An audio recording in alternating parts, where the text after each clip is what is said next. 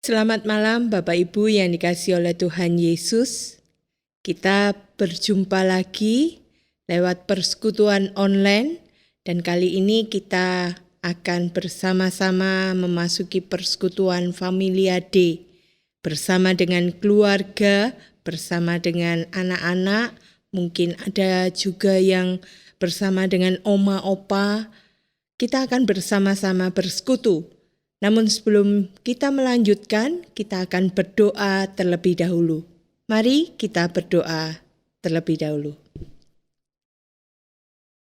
Allah Bapa yang Maha Kasih, kami mengucap syukur bahwa Engkau boleh memberkati kehidupan kami.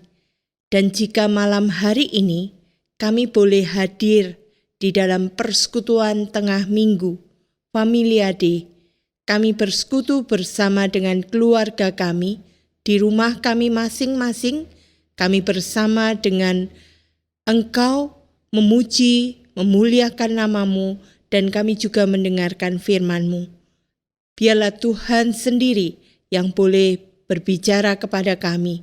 Engkau hadir di rumah kami masing-masing, dan Engkau juga memberkati setiap apa yang kami dengarkan, boleh menjadi berkat kemuliaan bagi nama Tuhan. Terima kasih Bapa, berkati persekutuan kami. Di rumah kami masing-masing, kami percaya Tuhan hadir bersama dengan kami. Di dalam nama Tuhan Yesus, kami berdoa. Amin. Bapak Ibu yang dikasihi oleh Tuhan Yesus, kita akan memujikan pujian Bapa yang kekal. Pujian ini akan menghantarkan kita untuk memasuki perenungan firman Tuhan. Mari kita pujikan bersama-sama.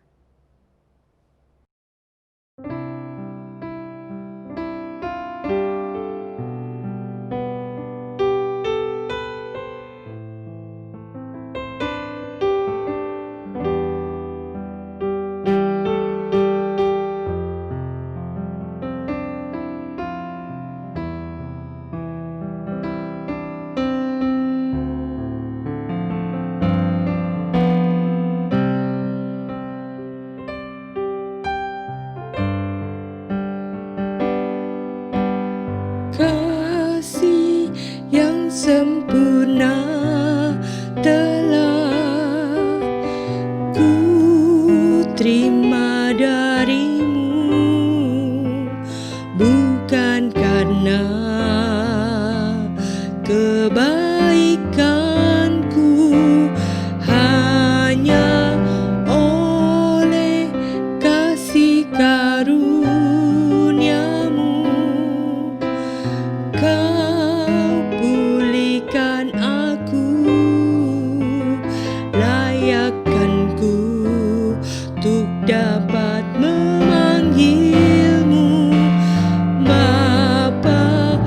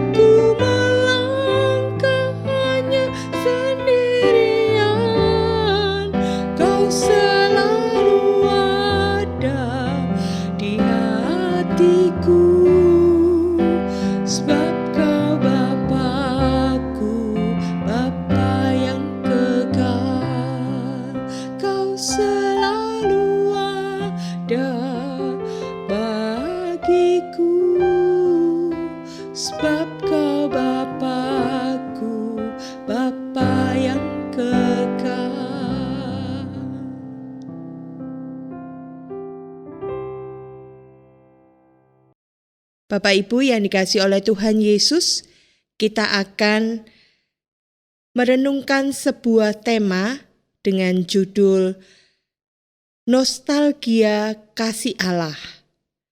Dan bacaan hari ini terambil dari 1 Samuel 7 ayatnya yang ke-12 dan 13 yang berbunyi demikian. Kemudian Samuel mengambil sebuah batu dan mendirikannya antara Mispa dan Yesana. Ia menamainya Ebenezer. Katanya, sampai di sini Tuhan menolong kita. Demikianlah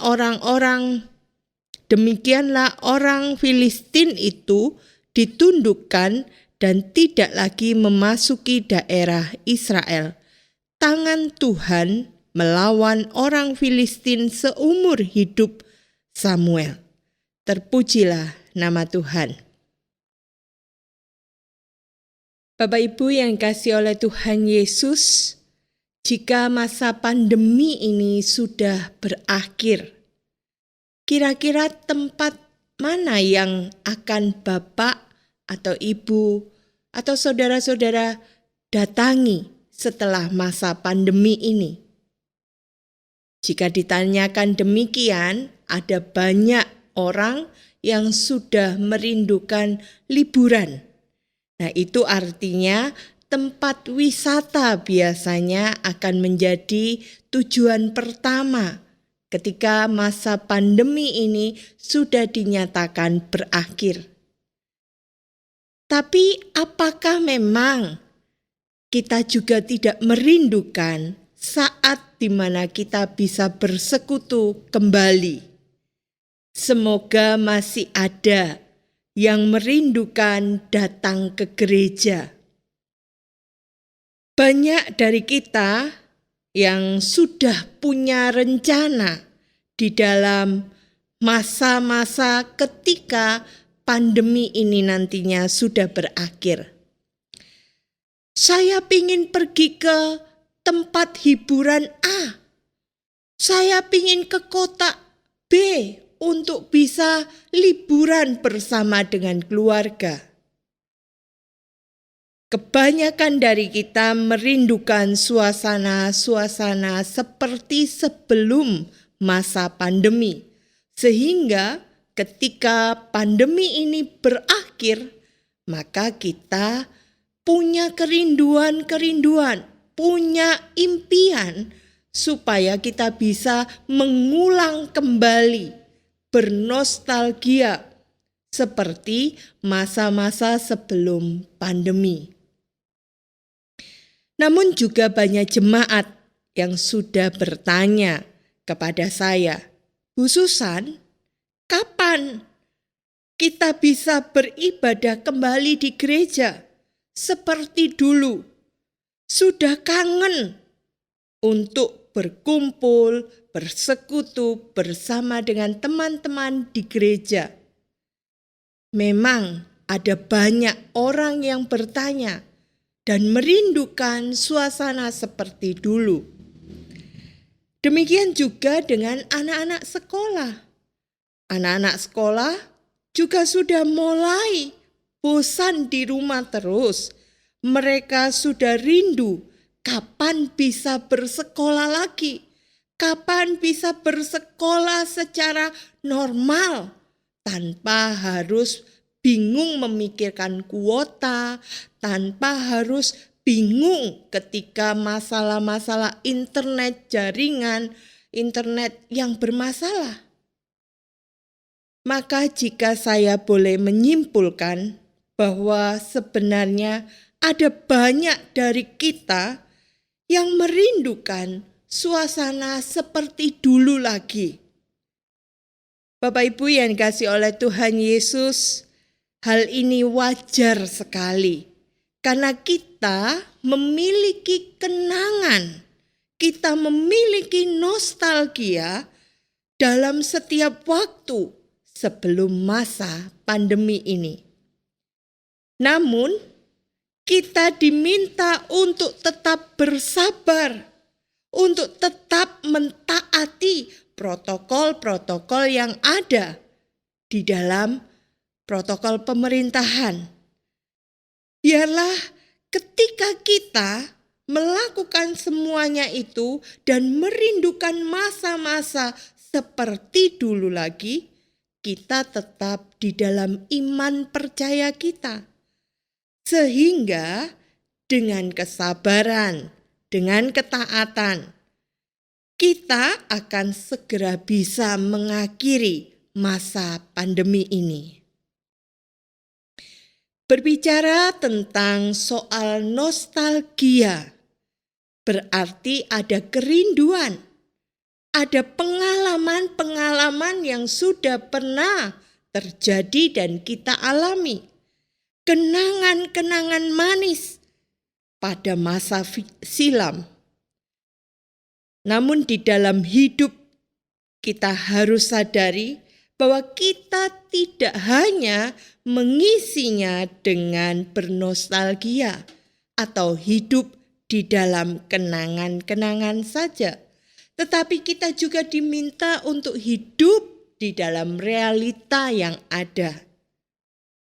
Jemaat yang kasih oleh Tuhan Yesus, di dalam bacaan kita, di dalam 1 Samuel 7 ayat 12 sampai dengan 13 yang tadi saya bacakan, mengatakan bahwa kemudian Samuel mengambil sebuah batu dan mendirikannya antara Mispa dan Yesana.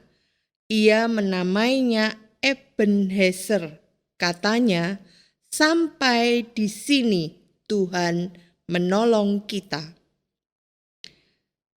Bacaan ini terkesan seolah-olah pertolongan Allah itu sudah selesai.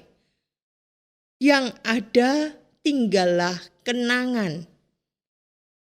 Apakah benar Allah sudah selesai menolong kita? Apakah benar Allah tidak lagi menolong umat-Nya? Jemaat yang terkasih, mari kita melihat konteks dari bacaan ini. Tabut perjanjian Tuhan itu sebagai simbol kehadiran Allah bagi umat Israel pada saat itu.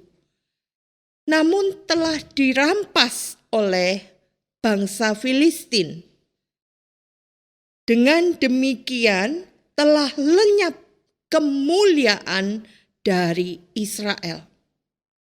Bagi bangsa Israel, tabut perjanjian ini adalah sebuah simbol kehadiran Allah. Dan ini menjadi simbol yang sangat penting bagi umat Israel. Mereka merasakan ada penyertaan Allah pada saat tabut perjanjian itu bersama dengan mereka. Namun tabut ini ternyata sudah dirampas. Di dalam ayat-ayat sebelumnya dikatakan bangsa Filistin sudah merampas tabut perjanjian ini. Sehingga orang-orang Israel kehilangan penyertaan Allah. Mereka kehilangan simbol itu. Membuat mereka tidak percaya diri. Namun Allah tidak membiarkan tabut perjanjiannya diperlakukan dengan tidak layak. Sehingga bangsa Filistin akhirnya harus melepaskan rampasan mereka, yaitu tabut perjanjian Allah. Tetapi tabut perjanjian Allah itu tidak langsung kembali kepada umat Israel. Selama 20 tahun tabut perjanjian Allah itu tidak bersama-sama dengan mereka, umat Israel. Dan itu berarti umat Israel hidup di dalam keadaan di mana simbol kehadiran Allah itu tidak ada. Dan pada saat itulah mereka sering mengeluh kepada Allah atas kondisi yang mereka jalani. Keadaan mereka yang terpuruk, yang sulit, itu sangat mengganggu umat Israel. Maka tampillah Samuel mengajak seluruh umat Israel untuk mengaku dosa dan bertobat kembali kepada Tuhan. Mereka yang mulai goyah imannya karena tidak adanya simbol kehadiran Tuhan, mereka mulai melakukan hal-hal yang tidak sesuai dengan kehendak Tuhan. Samuel mengingatkan agar mereka kembali ke jalan Tuhan. Dan di dalam kondisi yang terpuruk, di dalam kondisi yang tidak berdaya inilah, ada ancaman yang muncul dari orang-orang Filistin. Pada saat mereka mau bertobat, orang-orang Filistin menggunakan kesempatan ini untuk menyerang mereka. Tetapi pada saat yang sama juga Allah kemudian menunjukkan caranya untuk menolong orang-orang Israel. Ebenezer. Itu berarti batu pertolongan yang menjadi simbol di mana Tuhan tetap menolong mereka. Jemaat yang kasih oleh Tuhan Yesus, di dalam 1 Samuel 7 ayatnya yang ke-7 bagian akhir, orang-orang Israel dikatakan demikian. Maka ketakutanlah mereka terhadap orang Filistin. Di saat mereka mendapatkan serangan, ancaman dari orang-orang Filistin, dari raja Filistin, mereka tidak berdaya. Tetapi bangsa Israel mau datang kepada Samuel dan memohon agar Samuel berbicara kepada Allah untuk menyelamatkan keadaan mereka. Dan disinilah Samuel berseru kepada Allah. Samuel meminta pertolongan kepada Allah agar menyelamatkan umat Israel. Dan Allah tidak tinggal diam. Dengan pertolongan Allah, maka akhirnya bangsa Filistin bisa dikalahkan. Bapak Ibu yang dikasihi oleh Tuhan Yesus, apa yang dilakukan oleh Samuel dengan mendirikan batu, maka mau menunjukkan bahwa sebenarnya ada sesuatu yang penting yang harus dilakukan oleh bangsa Israel.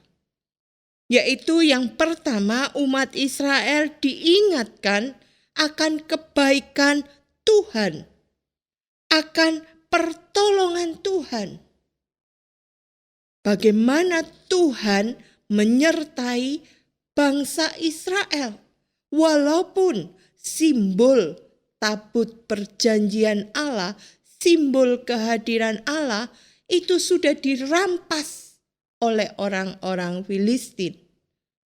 Tetapi Allah tetap melakukan kebaikan demi kebaikan di dalam setiap langkah kehidupan yang dijalani oleh orang-orang Israel. Ini menunjukkan bahwa tabut perjanjian ini hanya sekedar simbol, tetapi yang utama adalah bagaimana merasakan mengalami kebaikan Allah sendiri.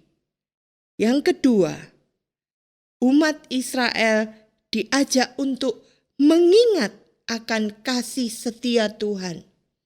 Kasih setia Tuhan yang tidak pernah habis-habisnya. Sepanjang kehidupan mereka, mereka selalu disertai oleh Tuhan.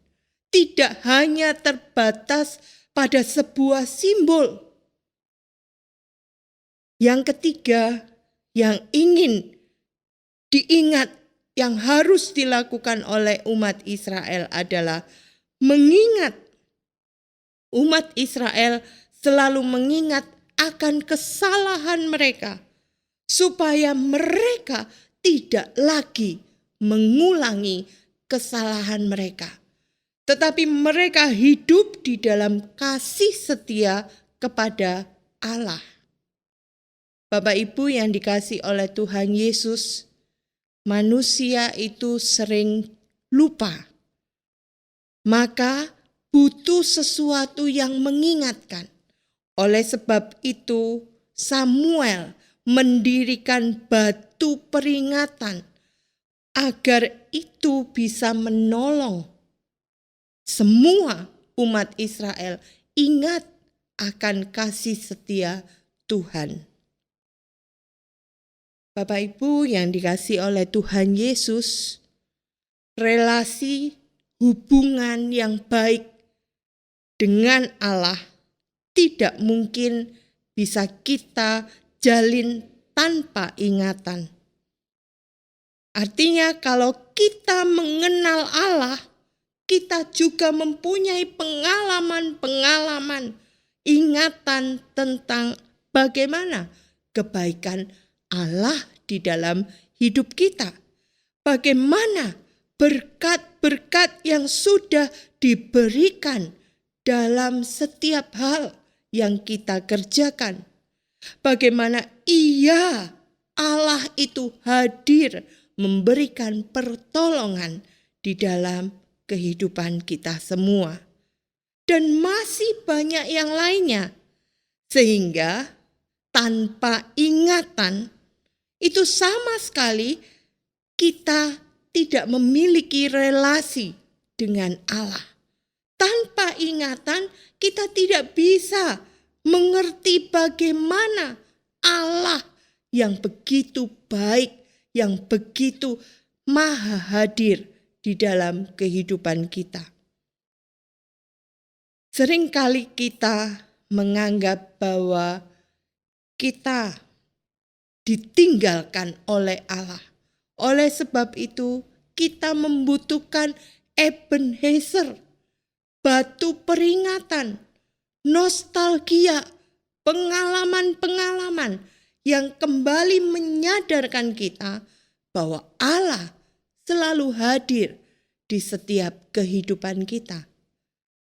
Entah masa-masa suka atau masa-masa duka yang kita alami, Ia tetap hadir. Apakah itu masa-masa sebelum pandemi dan masa-masa pandemi ini, kita memiliki pengalaman nostalgia bersama dengan Allah. Oleh sebab itu, biarlah kita boleh menjalani kehidupan kita dengan melihat nostalgia yang sudah pernah kita buat bersama dengan Allah dan menjalani kehidupan di depan bersama dengan Allah dengan penuh keyakinan iman. Seperti apa yang dilakukan oleh bangsa Israel dan Samuel, yang benar-benar yakin bahwa Tuhan selalu beserta di dalam langkah kehidupannya. Bagaimana dengan nostalgia kita terhadap kasih Allah? Saya mengajak Bapak Ibu merenungkan secara pribadi bersama dengan keluarga, bersama dengan istri, bersama dengan suami, bersama dengan anak-anak, bersama dengan orang tua. Mari kita renungkan pengalaman apa yang sudah kita pernah rasakan, kita alami bersama-sama dengan Allah, baik dalam masa-masa sebelum pandemi ataupun di masa-masa pandemi ini. Sehingga nantinya ketika pandemi ini sudah berakhir, kita bersama-sama terus melihat kasih Allah di dalam kehidupan kita. Sebelum saya mengakhiri, saya mengajak Bapak Ibu untuk bersama-sama memuji pujian dengan judul Kasih Allah Tak Berkesudahan.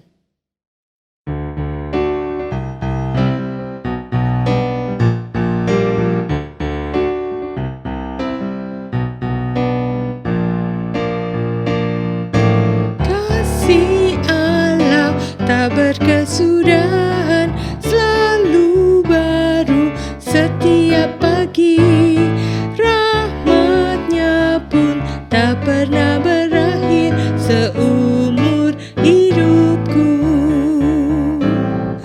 Kasih Allah tak berkesudahan, selalu baru setiap pagi.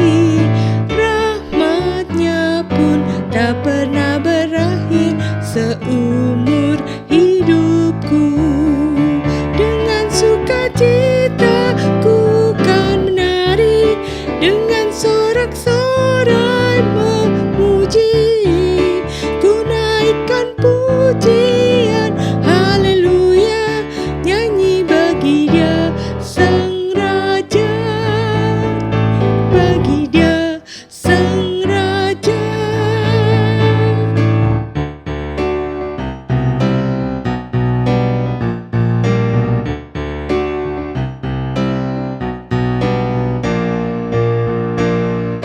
Kasih Allah tak berkesudahan, selalu baru setiap pagi.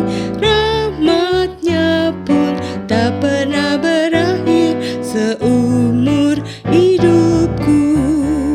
Dengan sukacita ku kan menari, dengan sorak-sorai memuji, ku naikkan pujian, haleluya, nyanyi bagi Dia Sang Raja, nyanyi bagi Dia Sang Raja. Aku kan menari, dengan sorak-sorai memuji, ku naikkan pujian, haleluya, nyanyi bagi Dia Sang Raja, nyanyi bagi Dia Sang Raja selamanya.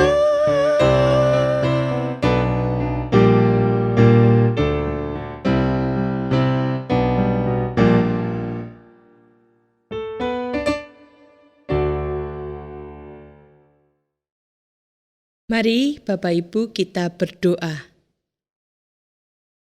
Kami bersyukur Tuhan bahwa Engkau hadir di dalam kehidupan kami.